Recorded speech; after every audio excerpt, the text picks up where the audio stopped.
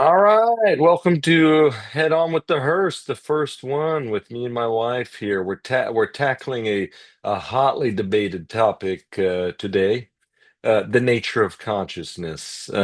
We're gonna do our best. I'm gonna do my best, and she's gonna do her best to talk about consciousness plainly, with some practical tools.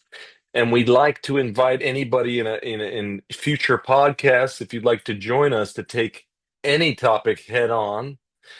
You can post in the comment sections or DM us individually. We're lining up guests now. So for me, I guess I could start here with my idea of what consciousness is, and I know probably everyone differs. Uh, for me, I was really like when you were talking about it before, I was like, what do I really think or believe about consciousness? And for me, consciousness is simply the capacity to have an experience. Hmm. I love it. I love it so much. And what I see we're doing too, I'm assuming you're passing the ball to me, by the way. That was an Yes. assumption. Yeah. There's the unspoken world that him and I have and leading there. The space between spirituality and religion is where we thrive. And I'm just beyond excited. This was a vision that I had. Head On with the Hearse was 2023. I think I created content for that. Hmm. And so for it to take shape and form today, I'm just really lit up. So I have had a super long, heated conversation with ChatGPT on this because it does not make sense every time someone says consciousness. I'm like, what does it mean? Make it make sense. So what I have rooted in for my micro definition, my TikTok in a sense, is essentially data. That's what I see consciousness as. It is data points that I can receive as information.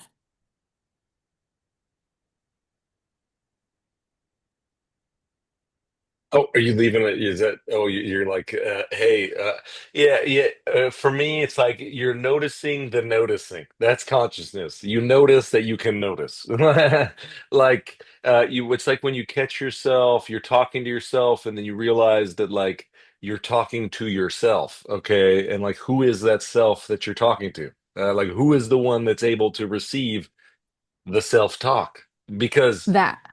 yeah, yeah, like that is it's kind of like they compare it in like these ancient texts of like you are the vast ocean, not the waves. So like we have these waves of experience or thoughts that pass through our body or emotions, but like we're the baseline, like we're the Mm. nothingness behind all of the noise. The nothingness behind the nothingness. Yeah. Okay. So what I see though is when you start speaking, my brain instantaneously is like, that is still so confusing to me. Uh Okay, so here's the best way that or the way I think about it is like awareness, like we have the awareness, right? I'm looking at, I see things. And Okay. that's like my screen. It's like my computer screen. Hmm. And thoughts, feelings come up and sensations, they're kind of like a movie that I'm watching. Hmm. And then when we get lost in the plot, like the plot is not the consciousness itself, it's like that's just the current, and like behind it is what is the consciousness, like the blank canvas, so to say. Okay. So I still see for me like it's the distinction. Okay. So I'm gonna geek on a couple stats that I love to say. Uh, as we understand today, there's probably so much ways you could deconstruct this as not real. You can proof test it if you want. Consciousness, as we see and understand it, we receive 50 bits of information into our conscious awareness brain through our reticular activating system every second. And our physical body takes in 50 million, 10 million, 50 million, some 10 mil, we'll say 10 million bits of information every second. So we got 10 million bits of data coming into our body and 50 bits, 10 million, 50, and there's a 1.8 seconds delay between the two. So our brain is picking up information 1.8 seconds behind our sensory input. And so for me, when I say consciousness is data, it's like all of that information that comes in is consciousness, is how I understand it. Hmm. Yeah, it's kind of like for me it's like our attention you could like liken to like a flashlight, like we're shining the flashlight with our attention, and but then there's the, like I said, the screen behind it that's it's getting projected upon, and that's our consciousness. Hmm. Mhm.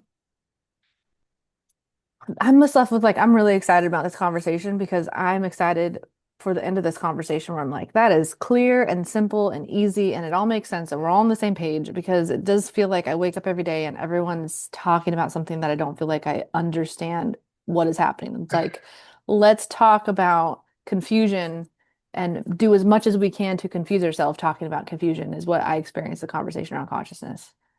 Uh, I agree because I think everyone has different conceptual ideas of what it actually is. And then like we can look at like the Vedanta, which is like actually one of the oldest texts in recorded history. It's like the oldest spiritual text that we know of.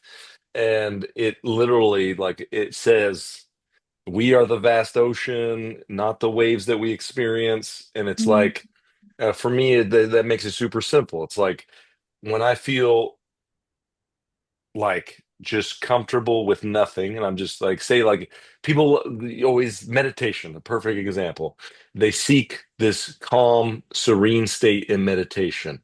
And to me, like that ultimate state of meditation is conscious, like you just fall back into consciousness itself. Whereas, going through our day, we create, we think that the movie is the whole show. Hmm. I want to sit with that for a second. We think the movie is the whole show where it's like there's yeah. Yeah, it's like, okay, if you can notice a sound or like a thought, a feeling, that noticing is it. It's like that's conscious, not the thing. It's the ability to notice that, like your ability to notice anything is consciousness. Like my ability to hear a sound and like where is the sound coming? Like where is it based off of? What is it coming? Like what allows that sound to happen in me? I That is love this. consciousness. Okay, so I see it as two different things. That's why I'm really excited. So for me, I see the sound as consciousness, not my noticing as consciousness. No, that's just awareness. What is? Awareness is your ability to hear that is the sound. Okay, the sound is your awareness, but like the blankness that allows that sound to reverberate is consciousness. So it's like the you wouldn't have the ability to hear a sound if there wasn't something for that sound to bounce off of. Okay, I'm still confused. So we have nothingness, we have the sound, and then the awareness. Is that what we've got? We have those three components at play. Uh, so awareness is, like I said earlier, it's like the screen. Life is the movie playing on it. Mm-hmm.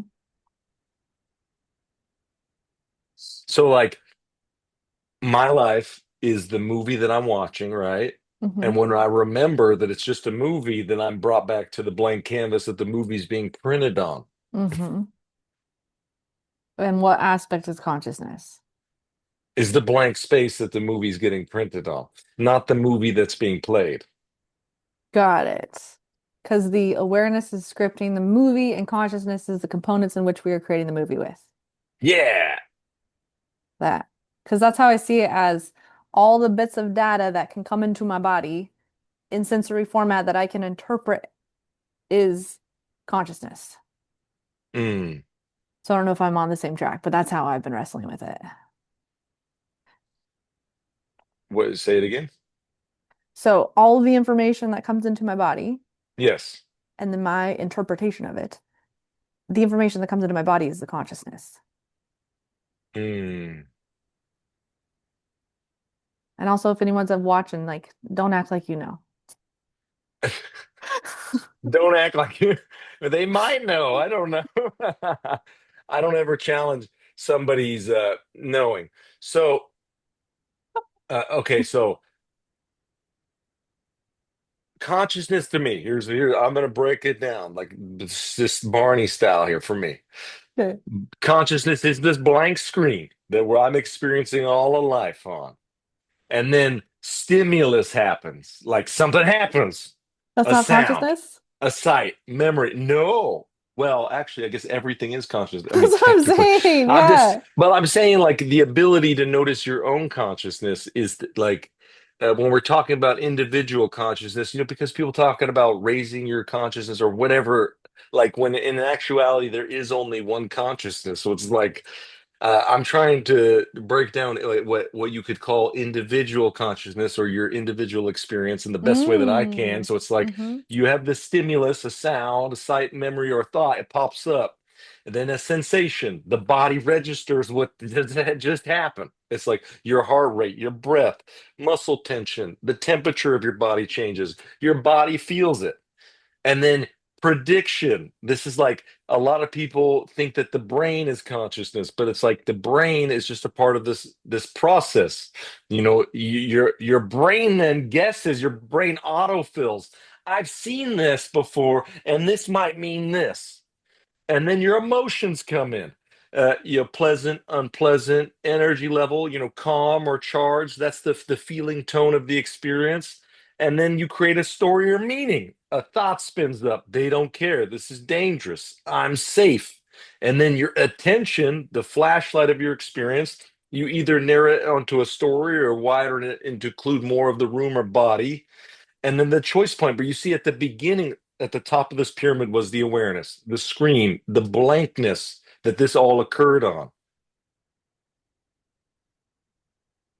So without the blank space, so like people talk about moksha, liberation, like it's being free and realizing the freedom is the blankness that now you are in charge of the blank space. It's like no longer is people using my blank space with their paintbrush. It's my blank space now to create the life and the experiences that I desire.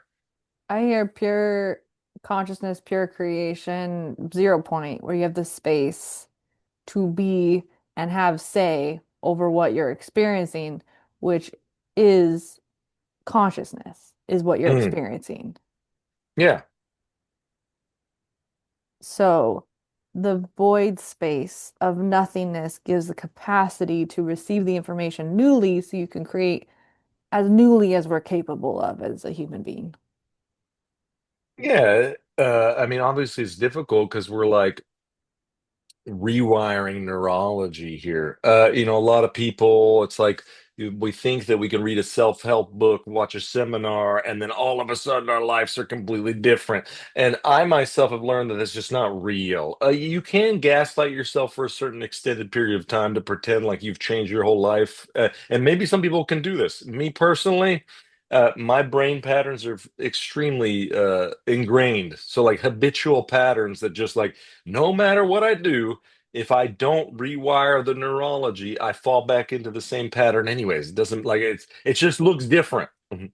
I feel that. And where my kind of jokey jest moment earlier was just w we've been trying to tackle and understand consciousness for how long? What was the writing of the whatever you were pulling from the book for however long ago? We've The been Vedanta, it's the like Vedanta. 4,000, 5,000, 6,000. I don't even know. It's a long time So ago. 4,000, say, years ago, we've been talking about this concept of consciousness, and we still can't define it in like a way that is simple, easy, and fun for what some would define as collective consciousness to understand it. We're still, two genius humans. I'm playing the quote unquote what we perceived as devil's advocate of the dumb one who doesn't know what I'm talking about, playing this under role to try to understand at the depth level. And I don't know people if they don't know me, they're like, oh, she knows nothing. She doesn't know what consciousness is and the way that I'm speaking and receiving this information. And so it was more of I was playing the role of doubting the space to find that concept of truth and just I could feel other people trying to give me the answer like I didn't know. So that's where I was running my mouth a little bit Mm. of like, oh, I know what it is. And I'm like, we've been trying to figure this out for how long? For those that are confident knowing what it is, I guess, do you know people that are super confident on what consciousness is and they run it like I just don't think we're landing on it as like, I don't know. I just don't experience people having grasp on it. I of course like there's people that have read the text like I have, and they come to a conclusion. The thing is like consciousness is fluid, so it's like it's kind of like once you think that you've got it, you don't have it because your thought is literally a thought and it's not consciousness. It's like I think I know, but that literally takes you away from actually being it. And it's like, it's a trap. It's kind of like what they say. It's like if somebody says they're enlightened and they're really not, but that's a whole nother topic. But it's just like, you once you think that you're trying to grasp onto something, you lose touch with the ocean, the vast ocean that is. It's like uh I can compare it to when I'm calm and at ease and happy, like the thoughts, like I don't really think anymore. It just comes out of my mouth. Like these ideas just flow from me, and I haven't necessarily even learned all of it. It just comes out of some void space. And Hmm. people call it channeling, they channel things. And where does that come from? Do they just make it up or imagine it, or is it from this consciousness that we talk about? That's super yummy. And I too use the word, we actually just hit a whole nother harmonic in my body. By the way, I'm like, I can feel when I just the harmonic in my body, whatever you just did changed a lot for me. Super exciting. I feel It's like that. it's like this, where there's an self, okay? Like what you can, I like Eckhart Tolle calls it the little self, right? It's like these ideas of who we are, what we were told we are, and then when you're able to quiet this thing that wants to be special and unique and big, and it's like it's got ideas of who it is. If you're able to quiet that voice, all of a sudden there's this expansive space. Like, whoa, dude! Like, who is this person? It's like oftentimes I get like I'm like, who the fuck am I? Like when I get into this, tap into the space of like vastness rather than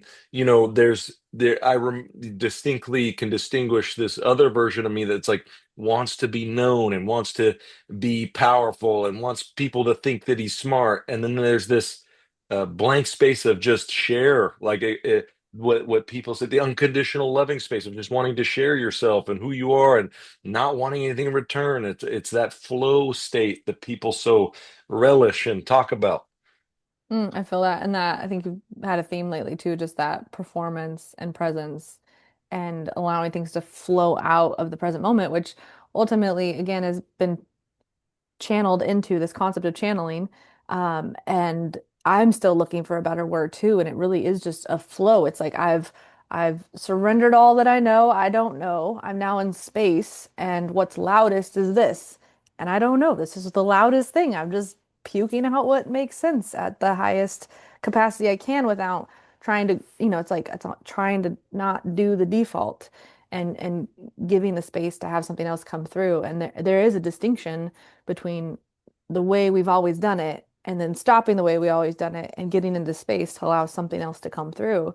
And it does seem magical and mystical. And I just see there's pattern neurons. And then from the heart space, when you like talk from the body, when you talk from what's real and talk from what's true, that, truth is consciousness too. I don't know if that's a leap of a definition. Well, I mean, the consciousness doesn't really, it's not, indefinable. So it's like there's really no truth or lie, or like, yeah, there's when we get into energy, vibration, frequency, resonance, you could talk about truth and it has a certain feeling.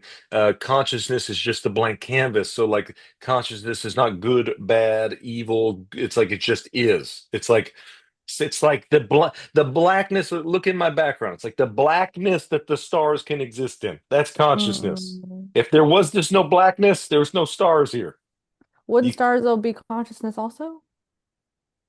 yes, and it's so difficult because it's like you're picking hairs here. It's like um in my definition, from what everything I've read, I've read the Buddhist sutras and the Vedanta is like I said, the oldest, and it just says like consciousness is the noticing. It's like that's it. It's Mm. like there's really no no way else to explain it. It's like your ability to notice anything is consciousness. Like if I didn't have consciousness, I couldn't notice the light coming through the window. Okay. So it does shift my working definition of consciousness being data points my body takes in. I mean, if we want to get so technical, it's so difficult to nail it down because it's like we define it. It's like consciousness is nothing. It's like the concept of Lord Shiva in Hinduism, not as a god, but the concept is pure consciousness. Mhm. And again, it's the blank canvas that allows us to experience life, to see the contrasts, to see the difference. Hmm. Um, it's what gives us the ability to have experience. It's like the waves of experience. You know, you have sensation, emotion, story, action. It all stems from consciousness. It flows forth the river of consciousness. All of these things flow from that. Like you said, yes, the data, it all flows from consciousness, you know, and it Well, all gets painted on the image of consciousness. I mean, this is my interpretation and definition, and I don't know if I'm right. I've read these ancient texts. This is what it says, and I don't know. These guys seem to have a lot of stuff figured out. I don't really try to. I love, you know, we rework things, we can invent newly, and then some things it's already been solved. So it's like, why not just cheat off their test? They seemed really smart. I like that. And also, did Jesus say anything about consciousness? No, not as we know, like not as we talk about it today. Not as like or as the ancients talked about it in these ancient spiritual texts. I mean, Jesus famously quoted as saying, "The kingdom of heaven is within." Okay, for me, if we break this down, what he's saying is the kingdom of heaven is already in our midst, and that is pure consciousness. Like, I mean, it's just not like it's in so many words. You know, you got to think about the time, the period, and the people he was talking to. So, like, that's the best way to relay that kind of information. It's like the kingdom of heaven is within you, bro. Like, I ain't got nothing else. So I have a theory that essentially Jesus was Albert Einstein before Albert Einstein, and essentially where Albert Einstein is talking about quantum mechanics and quantum physics and collapsing waveform, where Jesus was like, "This is a mustard seed. If you have this thought and you have this prayer, it grows into a tree." And that like concept of thoughts collapsing waveforms into actual physical existence, and this nothingness that you put intention and emotion into, and then physically manifesting something in the physical plane of the sea of nothingness to collapse into pure creation. That's a lot of theories that I have in playing with that too. Yeah, I mean, again, we got to look at the context of the time period and the way that the teachings were to be taught. So it's like, you know, you could compare Jesus to teaching consciousness and awareness in the language that he knew through the lens of Judaism and you know, religion. So and well, could you call Judaism religion at that point? Probably not. It's a lot different than the structure of religion that we have today. I mean, of course, they had temples and practices and stuff like that. And again, we go back to his comment, the kingdom of heaven's within. If you want to bring in the Gospel of Thomas, which, you know, dubious, we don't really know if Jesus actually said the things in the Gospel of Thomas, but it expands upon that, which I like, though, in a way. It says, if you look at the birds, the birds are already in heaven before you. Like it's a it's like our focused awareness is the reality we're creating. So it's like what Jesus was saying is if you're going to focus on things that are not heaven, which is this pure bliss state, or like the base state of our existence. It's like when we're babies and we don't know anything. We're just a baby. It's all pure. It's a blank canvas being painted upon. And what Jesus, and he talks about this in further teachings of like to be like a child, because that's the ultimate state of being. When your mind is open like a child, you're not resisting things that you're experiencing. It's like imagine me. I've been traumatized. Somebody ridicules me, I feel like shit. A child doesn't necessarily feel that. A child is still learning what all that means. So it's like, who gives a shit? Ridicule me? I don't know what that means. I just keep going. Well, and that's experience too. Who told you or what in you woke up or had the distinction or had the moment of time where this was okay and then this day happened and now it's not okay. Where is that line in the sand that goes from as a baby you do this and I don't have that reaction to I'm now not that and something different. like what in me changes, which I do believe in brain states and all of that, of the ego structure coming online around 7 years old. And I really just saw too that we are literally templates of what our current climate of consciousness is as a human species. As we're born here in a meditative state, pure consciousness, we get coded in our first 7 years. Our body then becomes collective consciousness in a way of what we are collectively being and doing, and we're the reflection of what consciousness is up to on the planet from a state of just what we're capable as humans, human consciousness versus pure consciousness.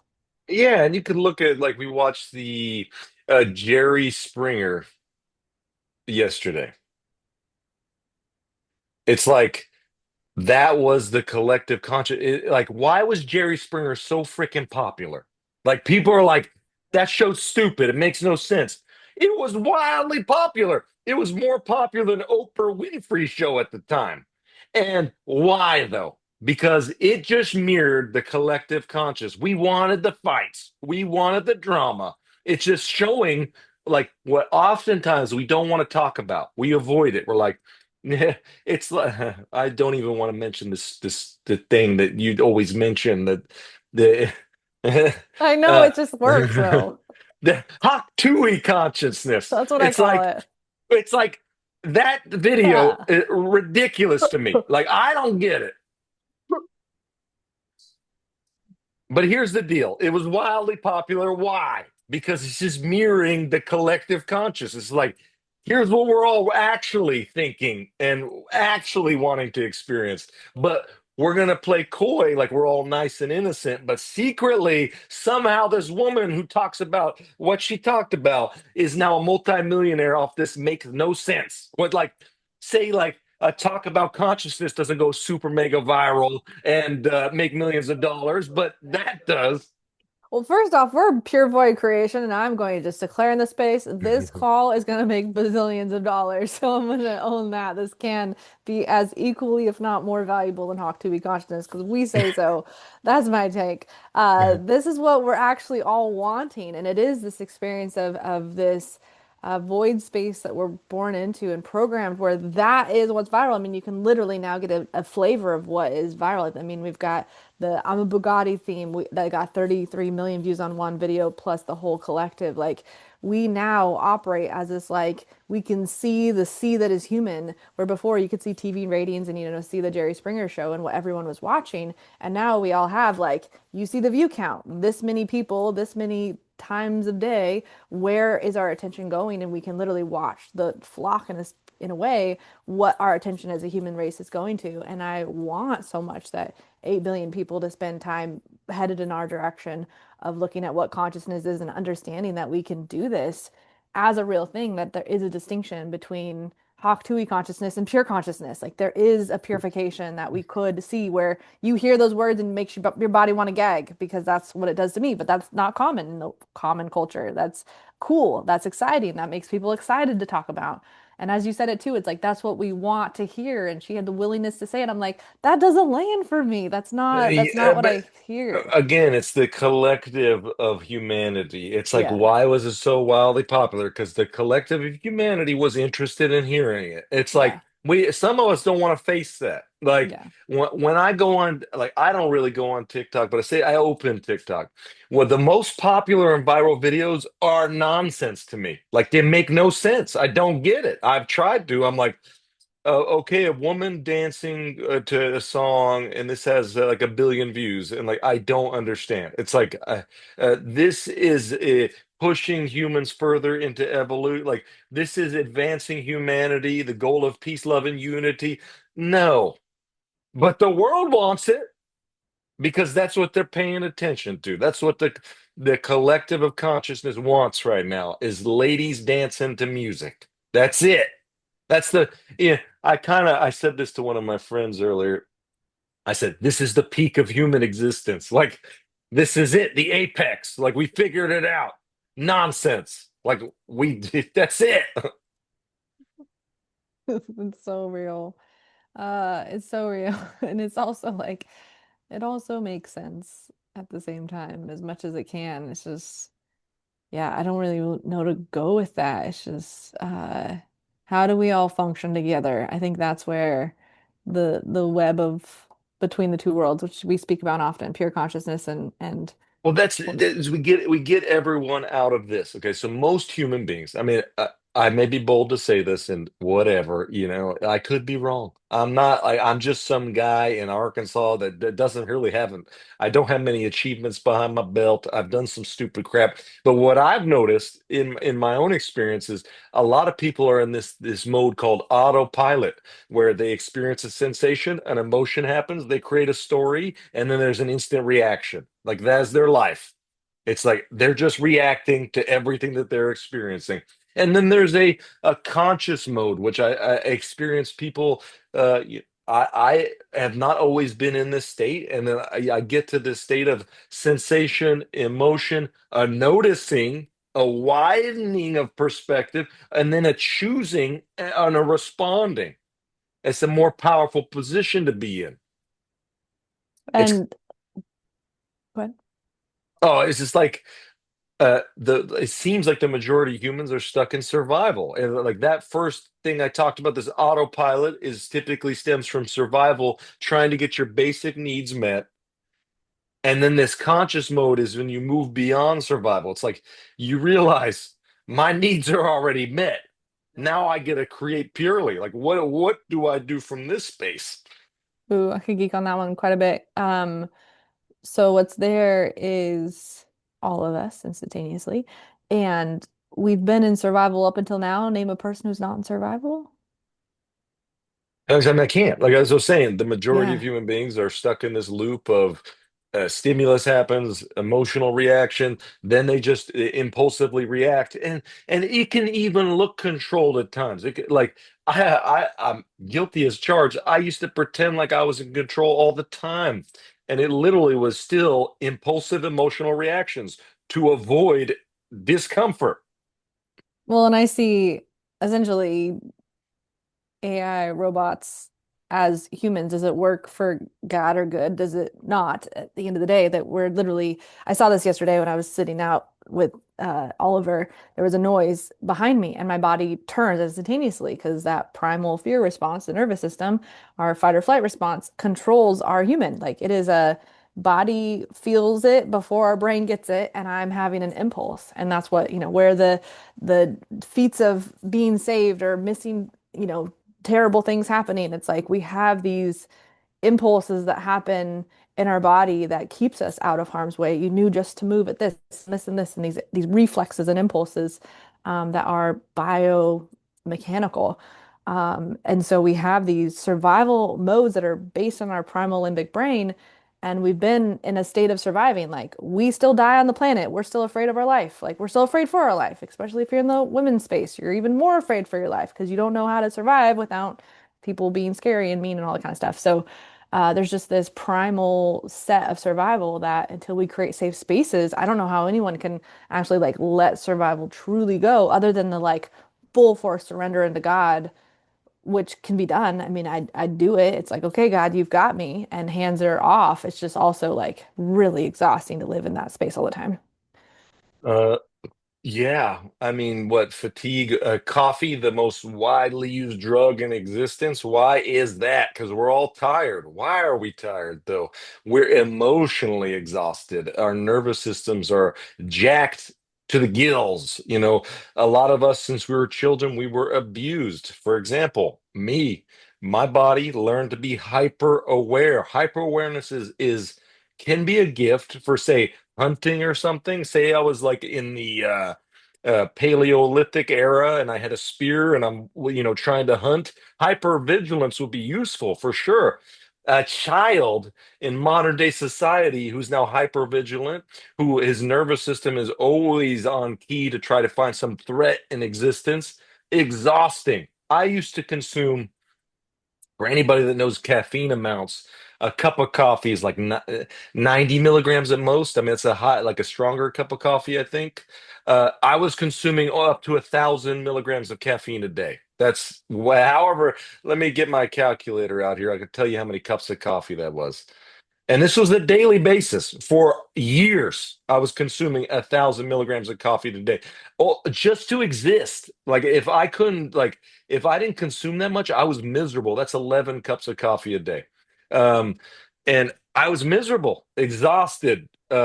In fact, I reached a point where even with that stimulus, I was still exhausted. There's a human today that if they drink 1,000 milligrams of caffeine, they die. They'd have a heart attack. That would be me if I had that much coffee. That would be me for sure. That's extreme. I heard a story once that talked about just that where our primal brains and bodies and what this did for survival. It's like if you go walking with a friend to go hunting and the friend gets eaten by a lion because there's some noise in the bush and that lion comes out, when you go to walk past that area and you hear a rumble in the bushes, you're not going to be like, oh, that's a duck. I'm just going to keep walking. You're like, no, that's a lion. I'm going to get eaten. Even if it's not a lion rumbling in the bushes, your brain's going to say, there's a chance that it's going to be a lion. There's a chance I'm going to die. And that's what I see for most of us, if not all of us, from these primal spaces as children. We don't really know. And so these children minds have made these decisions of safe and not safe, whether it be life and death, we don't really matter. It's just a matter of what's safe and not safe. We're going to make these self-preservation plays. And so we program ourselves as a child, this thought, this feeling, this behavior is always going to feel this way because that's just what our body does to make sure it doesn't happen again. It's not like it's Oh, a thing. yeah. Well, our body is trained to survive first above everything in existence. It's like a lot of people, they read some information, some spiritual information, and they say they're enlightened. And yet we dive deeper into their nervous system state, and their body is still just trying to survive. Actually, that reading of that spiritual information was just a further adaptation of their survival program so that they could survive even better. Guilty. Listen, like survival goes deep.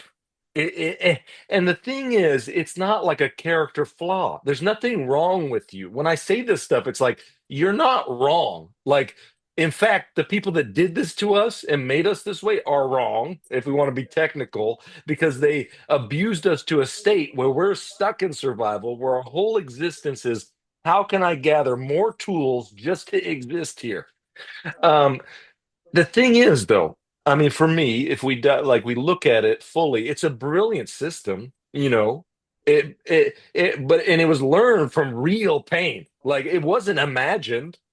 Now, as adults, it is more imagined. It's more imagined scenarios in our subconscious mind that we continue to protect ourselves from.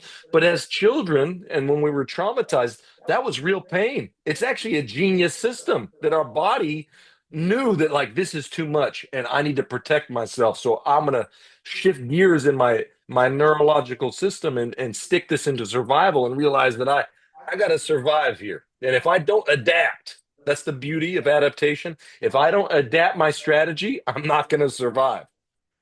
Uh, Well, but what happens is though it becomes a prediction machine, is like she's talking about. You're now predicting for the rest of your life that everything is going to hurt you. Like that's going to hurt. That's going to suck. These people don't like me. I'm going to be abused. And it becomes danger all the time until proven safe. And the thing is, we don't even know what safety looks like. So it's like danger until proven safe, but I don't know what safety looks or feels like. And then that's the hypervigilance that I talk about. Your attention becomes so glued to everything you're experiencing, every micro cue in your experience, the tones. I'm a tone master here, guys. I listen, I hear any shift in tone, the pauses, the eyebrow raise, that we're hunting for threats. I'll finish this last part and then we'll hear what you got to say. What happens is our window of tolerance to exist shrinks. Like, it gets so small where there's very little of us actually existing. I was there myself. I spent years and years on video games, 24 hours a day, because I was deathly afraid of that little window of existence where I actually had to feel what I was experiencing. So ordinary life, in that tiny window, it feels way too damn bright. It's too much. too loud, too fast. And when that happens, the beautiful thing of our brain, it knows how to tell a damn story. It's like, you know,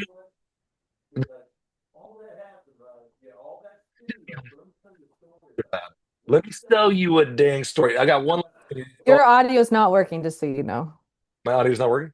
It keeps cutting out and I keep losing your audio. Oh, really? Yeah, Let me that's the make only reason it. sure.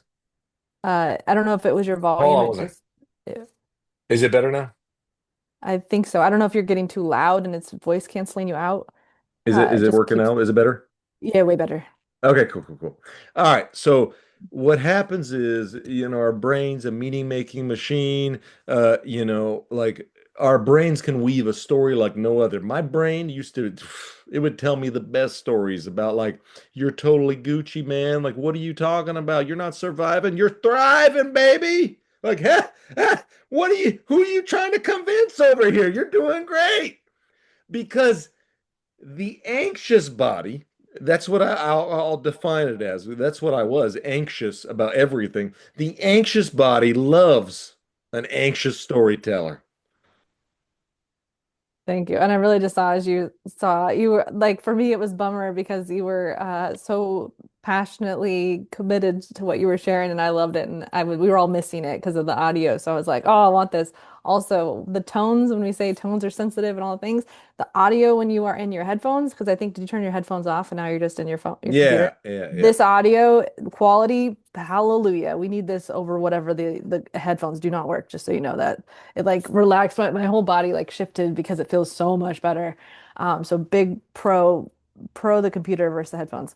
Either way, I just got super derailed by that. And where am I at? What do I want to, oh, I just continue to see that analogy in that story. It's this mechanic of while we're not in the same survival space of being afraid of the saber-toothed tiger, we have the same mechanics of the nervous system. So the threat from our parents is still that same existence.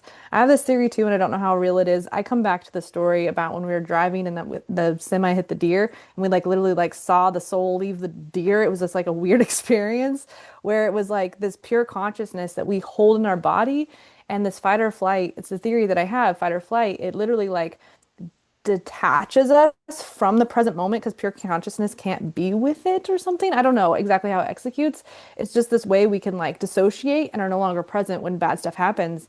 And I don't totally understand it. And like this disassociation from the present moment I've just continued to geek on that topic as a theory and just this way as children we're pure consciousness and then we see something that's bad and we make that mean something and these really intense things happen like we're going to die because this thing's going to happen and it's not necessarily that we feel like we're physically going to die but whatever our nervous system is receiving is to that same extent that same mechanical biological reaction of fight or flight to the point of death is coming online. I mean even just 2 days ago I was in a fight or flight PTSD response where I like you can look at the brain like you don't have access to your prefrontal cortex. You don't have access to the parts of your brain where logic exists. You literally go into a childlike toddler brain that you're literally incompetent and then having to function as for me a 39-year-old adult like I look like I'm functional except inside I've energetically emotionally regressed to being no different than a toddler and this experience that I see collectively with the PTSD triggers and the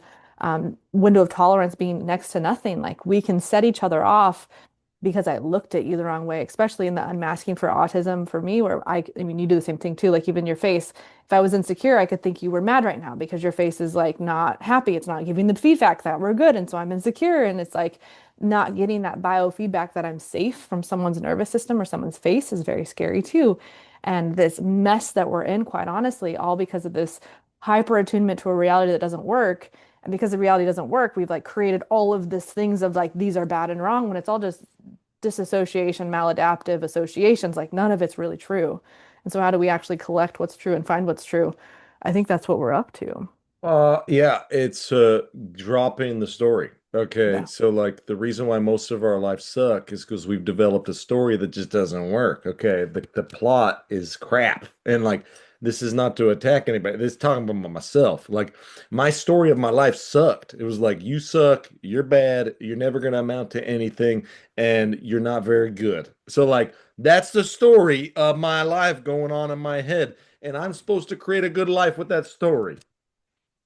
And I'm here to just say different stats. Like, you're married to me, so obviously you're better than not good, in my personal I'm opinion. talking about So, I'm saying that was the story before I was able to take back control. And the thing is, a lot of people get stuck in like, they love the story because it's what defined their life. So it's like yeah. there's a lot of attachment to this crappy story. I was there myself to let go of the story that I'm wounded and I'm traumatized. I'm never going to amount to anything. It's like that's hard to let go of because that's what got me here. And Well, what I was just say one thing I find with like Landmark, when I went to Landmark, talks about story a lot, and this concept of story, my literal brain has struggles connecting with, and I relate to it more clearly with the concept of script compared to story. Like this is a script I have to run to keep this reality alive. Like yes, this is the story that I have to say. It's more so like it's just it just has literal logic to me. And so when people say story, it's like I'm not making this up. This is actually like ABC. Like this is not a story. This is hardcore data facts. This is not a story to me. This is real. Objective, I could point to it even real. And so even if reality is that way, we have the capacity to shift it into a different reality and be in pure creation. So what we experience is our creation. So if we're speaking out the story or speaking out our creation of I am crap, that came from somewhere, and is it true? Like how can you actually point to I don't believe you're crap. I believe you're human. I believe crap would be in the toilet. You don't live in the toilet. So like how do we get to actual facts and data that supports our nervous system is something I get really passionate about. Yeah, and it's really about separating now from then. And that's Mm, what a lot of people are stuck in is like uh the everything is arising from their past experiences and they're projecting that on their future. So it's like the now doesn't even exist for them because they're living in this past story or script, whatever you want to call it, and then they're projecting that onto any future that they may have. So it's like I'm never going to be successful because look at the evidence that I've collected. The thing is, pain is just a signal. And that's what we've confused with, like what she's saying. Our bodies has been tricked into thinking that a saber-toothed tiger is going to rip our throat out.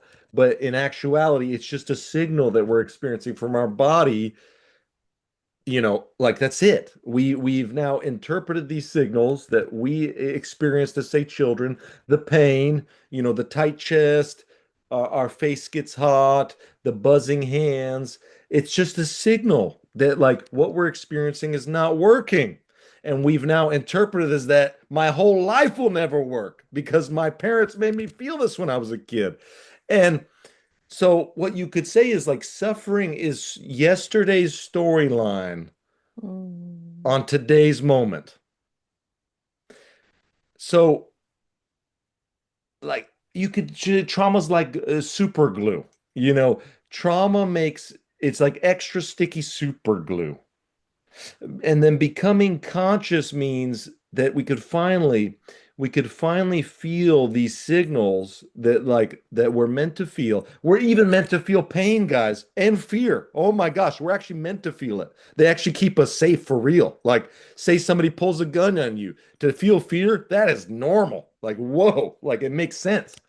But what happens is when we see this stuff, today, and we're not consciously aware, we're acting from impulse. When, like she's saying, being yelled at as a child comes back today. So it's like you're stuck back as a child when we could just purely experiencing it today. You know, the storm is real. Like it's not to say that pain, fear, anxiety will never exist again. It's the fact that we could start to experience the storm, but then we realize we're the sky behind it. So it's like we see this happening. We're like, it's okay. I'm good. I'll survive this. I know I can. when I got this off podcast episode I did, if you're on all of us on YouTube, it's available. She just said a friend told her once, I've watched you get through this before. And it was like one of the most like gifted things when we're working with people and wanting to support them when they're going through a hard time. It's like, we've watched you go through this before and you got yourself out and you could do this. And just having that belief and that support just it did wonders to me. So I wanted to give that out as a gift. And this process of reassociation. Just recently, this past week, I came up with the whole concept of what I see most healing and healers in the coaching industry doing is essentially you're paying people to sniff your farts. I do believe there's wisdom in going back and doing trauma work historically and rediscovering and rewiring those experiences. And it is, like you said, super glued to the past. Like we need to get what we need to get out of it. And also, I find there's actually way more potency in just getting into the present moment and actually doing something in the present moment and not the what I continue to see is this concept of fart sniffing where we're chasing these possibilities that we had at 7 years old, which we don't really know. I mean, we're all going to have to be constructing it from our present moment to try to recreate what's there until we rewire those things. It doesn't mean that we don't go look. If it's brought into the present moment and it's brought into our future, then let's deal with it. It's just more of like not going hunting for it. If it comes up and in the present moment, I think it's worth dealing with. I just personally, for my own agenda, is learning how to be in the present now, which I guess that was the question. Is consciousness existing outside of the present moment? No. So I mean, where, it's just yeah. there's just only this moment. Okay. So it's easy to break this down because it's like, can you remember a time that wasn't now? Hmm.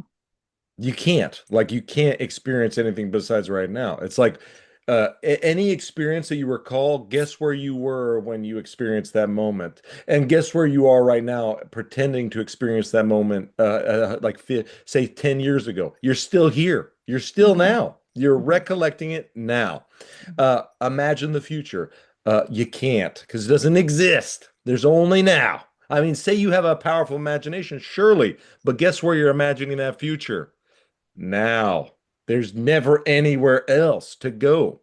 So consciousness is always here now because there's only now.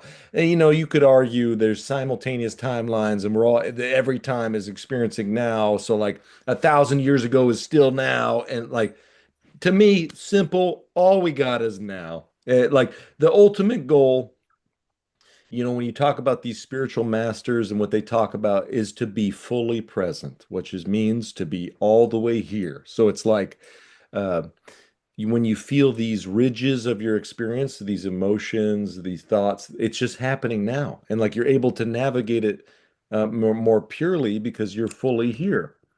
And I want to just like go more into like, so like when we get into these states like hypervigilance, like what she was saying, her choices disappear when she gets into this state. It makes sense. It actually explains why choices disappear. When our nervous system is fight or flight or in freeze, these are nervous system states, the world collapses into one option: attack, run, or shut down. I mean, that's all we got. Like you attack, run, or shut down. You have three choices. And guess what? Most of the time, they're not even your choice. Your body's going to choose based on what you're experiencing. It's going to be like, I can fight this. I can run from this, or I'm just not going to say shit. I'm just going to shut down.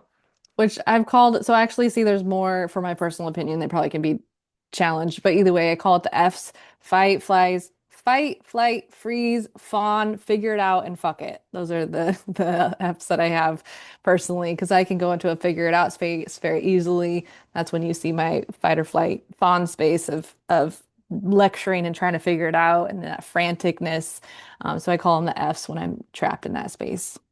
That's beautiful. And it's, as my wife so eloquently likes to say, it is really about all about safety and developing safety for yourself. Because as we develop safety for all those of us that have lived very unsafe lives, the beam of our attention expands by itself. The more safe we become. And when that beam expands in our life, more options become available. More awareness is not really just an idea. It's your body, you remembering there are more doors in the room than your fear could see. And I so see that too. It is. I mean, that this again, you can see the science and mechanics of it when you are fight or flight. You literally see one thing. There's only one door, and I actually really like it because I feel like I can find my highest timeline that way. And so I personally have some joy around fight or flight. I don't see it as a problem. I love to live in it, and it is a purifying kind of sense. It's almost like, quite honestly, if I were to get the mechanics of it, it's like taking it's almost like for me, like almost like it's smoking weed. Like it puts me into another realm of existence when I get triggered and I'm in a fight or flight. It's not necessarily healthy or sustainable. I don't like the cortisol in my body. I just do like when I get to create and the depth of my discovery. I mean, I think whatever we went through 2 days ago in my fight or flight state, I feel like we discovered a lot. And so my best discoveries happen when I'm in a fight or flight space. And I just want to create a world that doesn't have to be where I can create from, where I do have 10,000 doors to pick from. We're in pure void consciousness space. And quite honestly, going from what has always been fight or flight, I think that's something that pure consciousness flow state, what people actually don't even understand is that it's actually way more difficult to exist in freedom where everything is possible than when we just have one play, which is survival. The actual space of everything is where you can do everything. And how do you do everything? And that's where it actually comes an overwhelm problem. I don't believe we need abundance. I think we actually have an abundantment problem is actually our current problem in existence. We don't know how to be with abundance, which is why we lack abundance.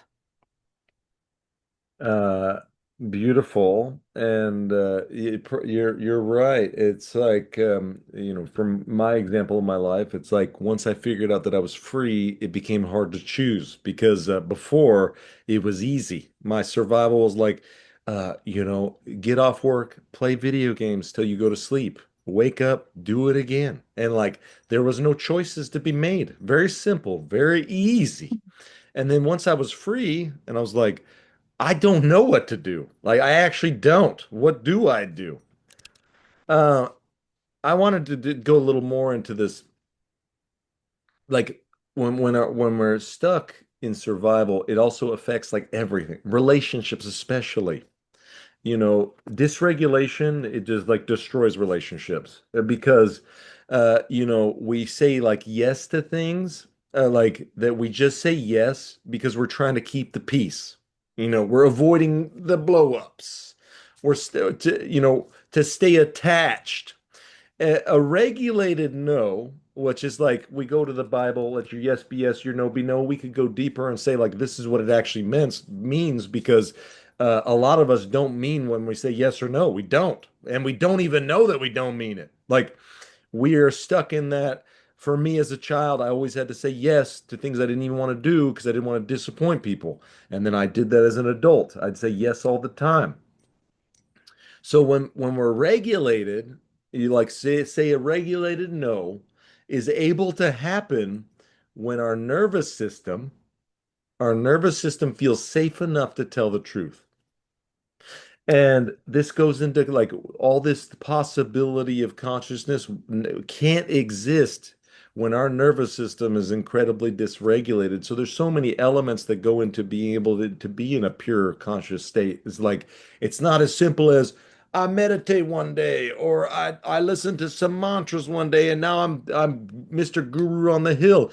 Listen, guys, I used to think this was possible because I chanted mantras out my wazoo. I did the plant medicines. I went to the retreats. I did the yogas. And guess what I found? Still, when somebody told me to F off, I was still triggered and had difficulty navigating the experience. Well, and I actually see that the root of head on with a hearse and what I see of value if you're still listening here. My personal theory is that you have to be on our show to be our friend, but that's my own take of head on with a hearse. But I just see I want to have conversations with my friends. I want to create consciousness. I mean, even if you want to put as what I've said too, like consciousness creation, being a content creator is someone who creates consciousness. I am creating consciousness. Again, I see it as data points. So when I create a piece of content that is influencing consciousness and changing the landscape in which we live in, a theory I say often too is I want to, as I believe science has proven reincarnation, I want to reincarnate into a world where Jenna Hurst and her husband changed the world. And I'm like, oh my gosh, she's amazing. I'm so grateful Jenna Hurst existed. That's what I want to do and how I want to live my life. I want to make my mark on the world. And I already have, like, that's the thing with TikTok and content and someone stealing my content and creating me as Dr. ADHD. Like I live as a content creator online. And so, it is that viral nature that we've created such chaos around.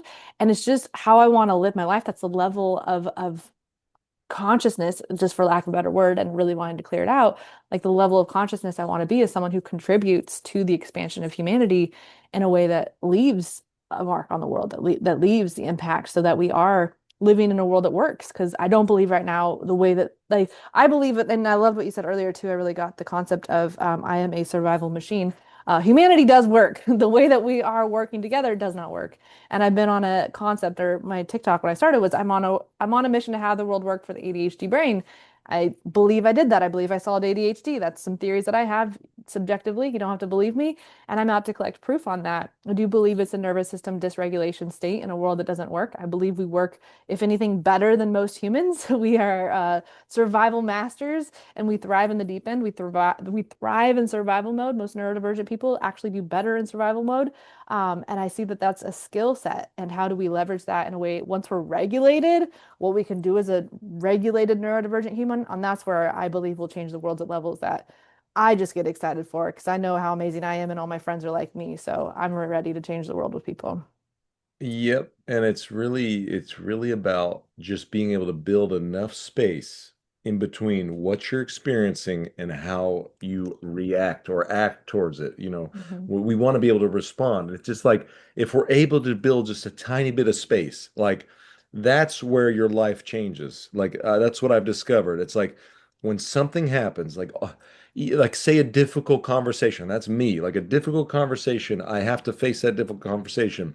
If I'm able to just put enough space in between my emotional reaction and how I act, it's like it changes completely. And it's simple as that. If we could just do those little small micro steps, that's how you become more conscious, or like you gain more access to who you are, is by just having a little space. It's like where we look for so many different methodologies and ideas, and we read these books, and like we look for, and it's as simple as that, just being able to create space. Like that is the power of harnessing your power of your conscious. If you're able to allow that space, magical things can happen. I've seen it myself. It's like the more space I allow from my stimulus that I'm experiencing and then my response, the better I get at it. So it's like somebody sends me a text that elevates my emotion. If I respond right then, it is done for me. I'm going to say something stupid, or it's not going to be what I want to say. It's going to be what my emotions want to say rather than giving it space. I got a text the other day. It's like it was emotionally charged for me. I mean, she knows, but like emotionally charged for me at the time, anxiety, nervousness. I gave it a like few hours, totally different experience. And it's like a lot of us feel pressured. We create pressure on ourselves to always respond immediately. We don't have to. You can give yourself space. Well, and there's so many directions in that too. Just the day yesterday when we lost internet and the experience of like there once was a point in time you'd have to leave a voicemail to talk to someone, and now it's like I can text you and I need instant response now, and I need you now. And this way we control each other's nervous systems. And I do believe actually the picture I was seeing is you can respond instantly, and it's kind of like going to McDonald's. Like you're gonna get a fast food response. Also, you're a floating head in space right now. Did you mean to do that? It's kind of funny. I was Either stretching. way, oh, you're good. It was funny. So you can give kind of like the fast food response, instantaneously response. For me, I love my instant response. I've gotten so good in that triggered state and I love who I am in it. And it's also like I can make it better. And I actually just saw that yesterday too. I almost will use my instant response just to get my guts out, kind of real life, give it some space, put it in ChatGPT, and then I can actually put energy behind it that is somewhere centered and grounded. And that person's going to feel that too, like what we put into the emotion and the attention. And when we send something, how we send it is going to be impacted by that person too and the influence that's there. And so I really saw when you were speaking, essentially, instant speaking is kind of like fast food, where slowing down and giving space is more like chopping up the recipe and like actually making a holistic meal where you actually give some space and you're going to get nutrients in that experience compared to this like hard charging, just get it done, what I would say is that capitalistic Western world where we're just checking the box, but actually not having that. kind of that balanced yin and yang experience where we're actually doing the nurturing and the nourishment. There's not the nourishment aspect when we don't add space to our conversations. Yeah. And I mean, it's exactly it. It's like we create the space individually. Nobody's going to do it for you. Nobody's going to be like, hey, slow down. I mean, you may find a friend that's really good that helps you with that and that tells you to slow down and not, respond so quickly. And at the end of the day, yeah, I posted this in one of my posts today. It's like you are the captain of your ship, and it's like you got to chart the course. Nobody's going to chart it for us. So we have to create the space for ourselves. We have to design the lives that we desire. And and it really all begins with telling less stories and just experiencing reality more purely, developing a wider view of your experience. And what that does is it creates better options. That's consciousness. Like when you are open and soft and willing and you create that space, that is consciousness. Like it is not the fast, impulsive, quick, like she's saying, this quick reality where you're just got go done. Like it is the vast open space, calm, 0 point. That is pure consciousness. That's how you get there. Is you just slow down.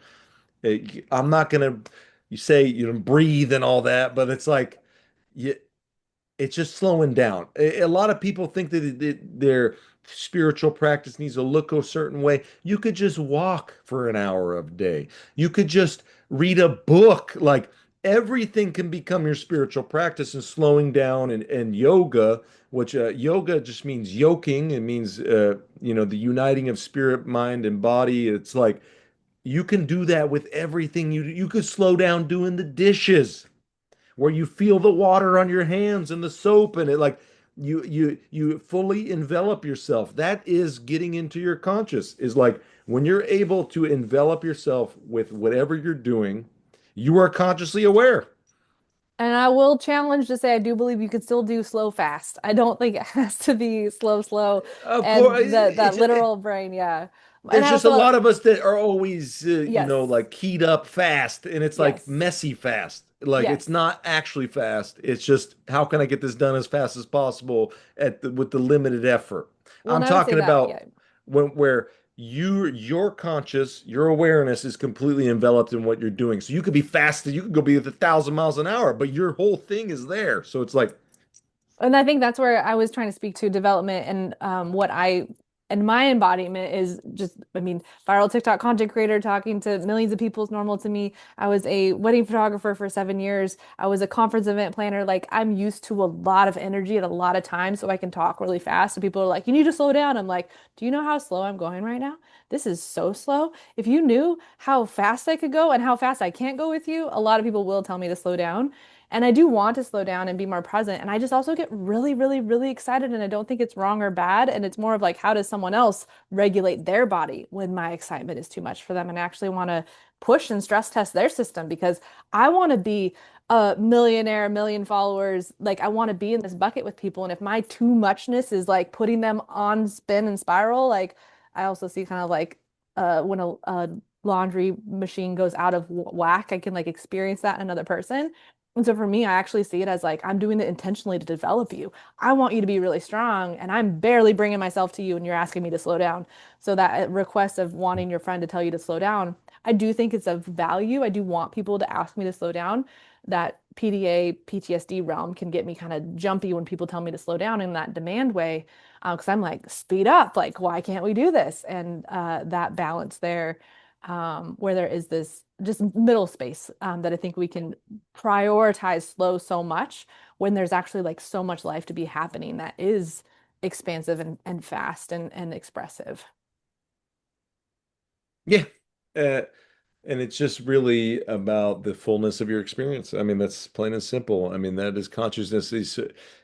We've got so many concepts of ascension, 5D, and all this stuff. And really, it's like, how present can you be Mm. to your life experience? Like, that's it. Like, I've dove into these concepts and researched them myself. And it's like, at the end of the day, all that matters to me is how present I could be to my experience. Like, how much am I enjoying my life? That's all that matters. Like, a lot of us are chasing this unobtainable dream or whatever it may be. And what in actuality, imagine if you could be fully present for your life. Like Mm. when you felt joy, you actually felt it all the way. When you kissed your partner, you felt that all the way. Like when you did anything, you just felt it all the way. Like And imagine that's how rich and beautiful life would be. the world doesn't want that, by the way. Well, they'll teach you that you are insane and crazy and manic when you actually experience life so intensely. It's something I geek out so hard with what I've been through. Like, I actually was sharing this story with someone who reached out to me yesterday to essentially try their product.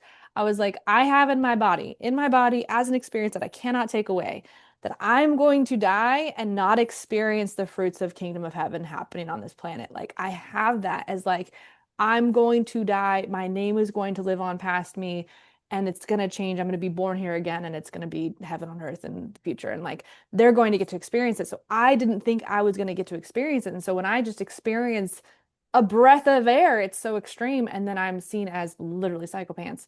So it's challenging for me to see the richness of life because I can detach from that richness because it's not something that I necessarily match anyone with. Like, my hummingbird thing. It's like you can give me the littlest thing and I'm like so excited. And that's dysregulating for a lot of people. Yeah. And uh I mean, I think I've said all I got to say. It's like we could say there's levels of consciousness and all these different things, but to me, it's just pure conscious awareness. I mean, that's the ultimate goal. In these sacred texts, moksha, liberation. eh, They've got different terminology, but it really just means a state of pure awareness. Like that's the ultimate goal. We gotta like, and that's not even it. We chase that. We develop it by looking at the barriers that keep us from being present. Like we were talking about trauma or whatever it may be. And that's the real process of becoming, as you may say it, but it's like to be consciously aware is just to get the barriers that keep you from being present. That's it. I mean, that's the formula. We could develop something like that, a new methodology, but that's really what it is. Finding the barriers that keep you from being present to what's happening right now. Well, preach it. I want that on something. I see that's what we're up to in our figure it out mode. And really see pure creation. We're born here in a meditative state of pure template, and that's what we have access to as humans. And we can see the magic come from that. I will say for me specifically, you can probably even watch me transform in a conversation energetically, where my body will be literally in a more shut down space, and I go into what I say is from homeless to hot. Like you can literally watch it happen in a day, all based on what I'm energetically experiencing and like the content I create, the words I have access to, the things I'm resourcing for myself are completely different when I'm in one energetic state.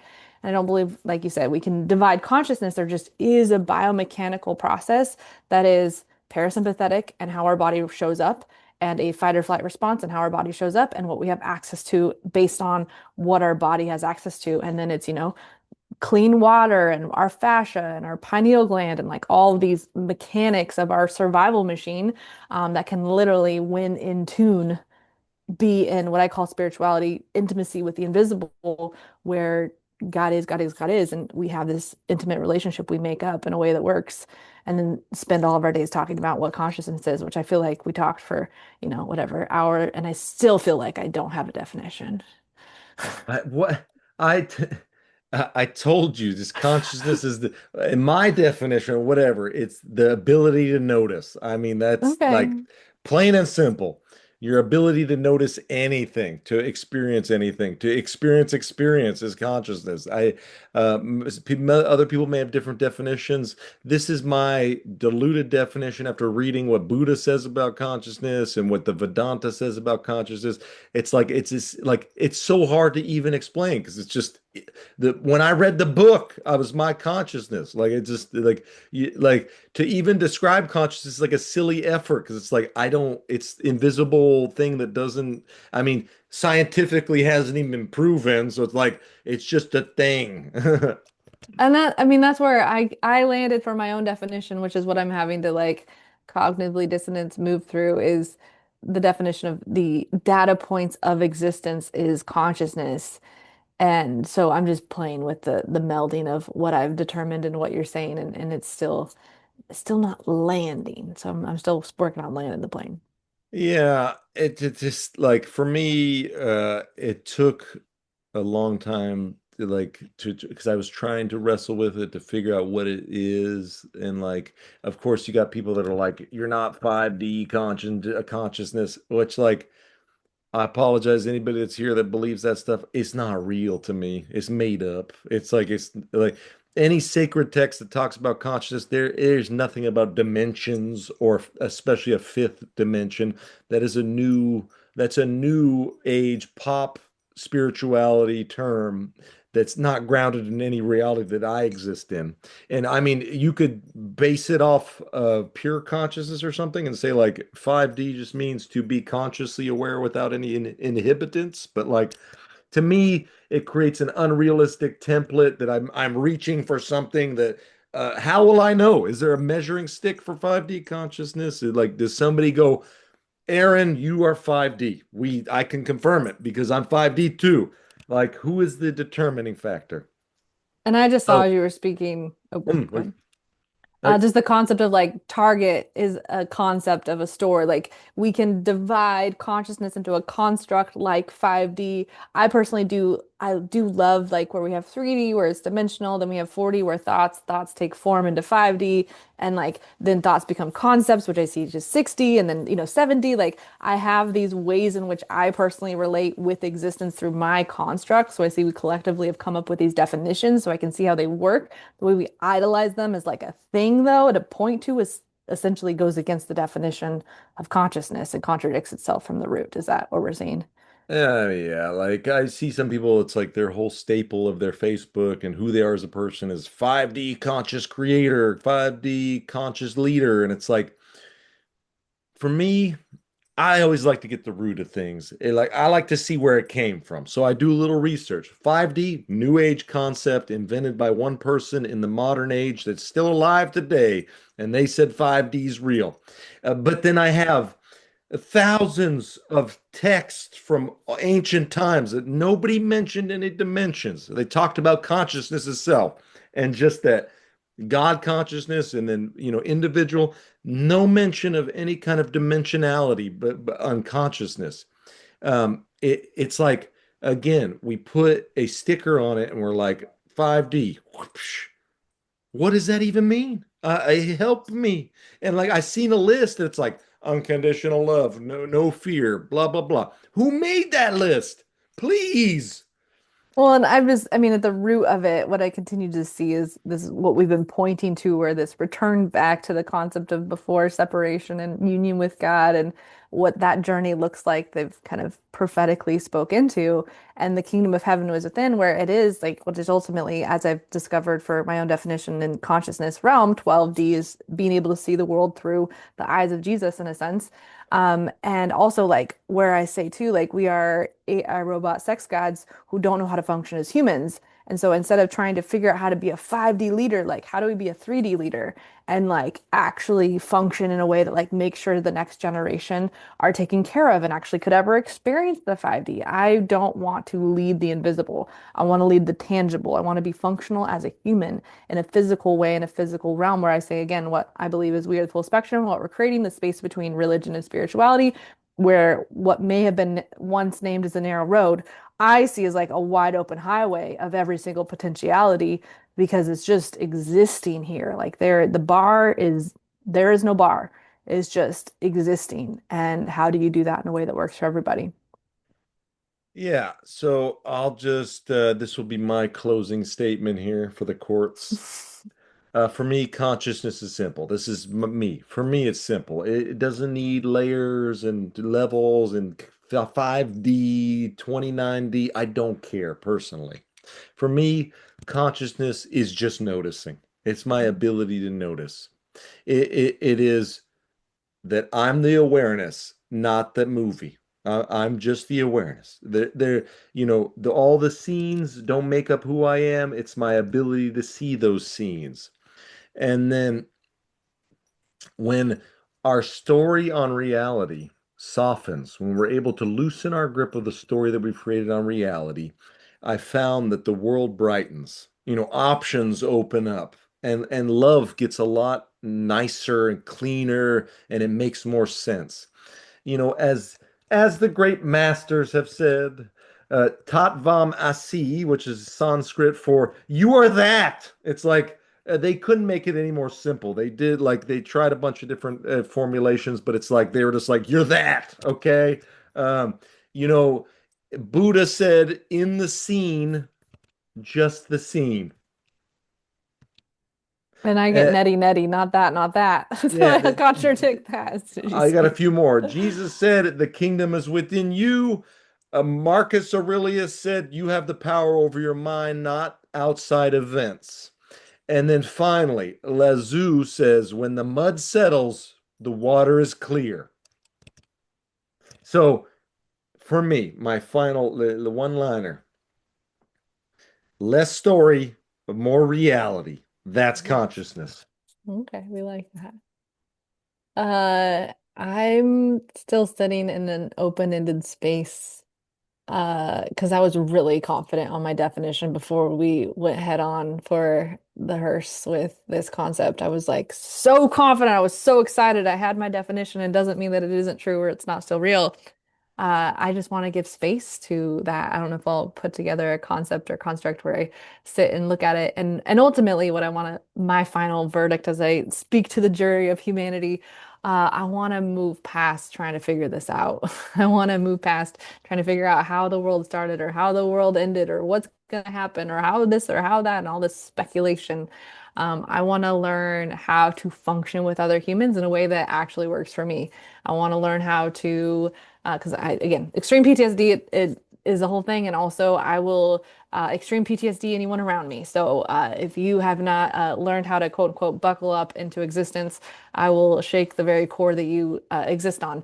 And so I just want us all to get along and be on the same team. And knowing that when there is dissonance or there is the shaking of the trees and it sounds like a lion, that you don't think I'm demonically possessed. It's just your trauma thinking that I'm a lion and I'm just trying to exist here too.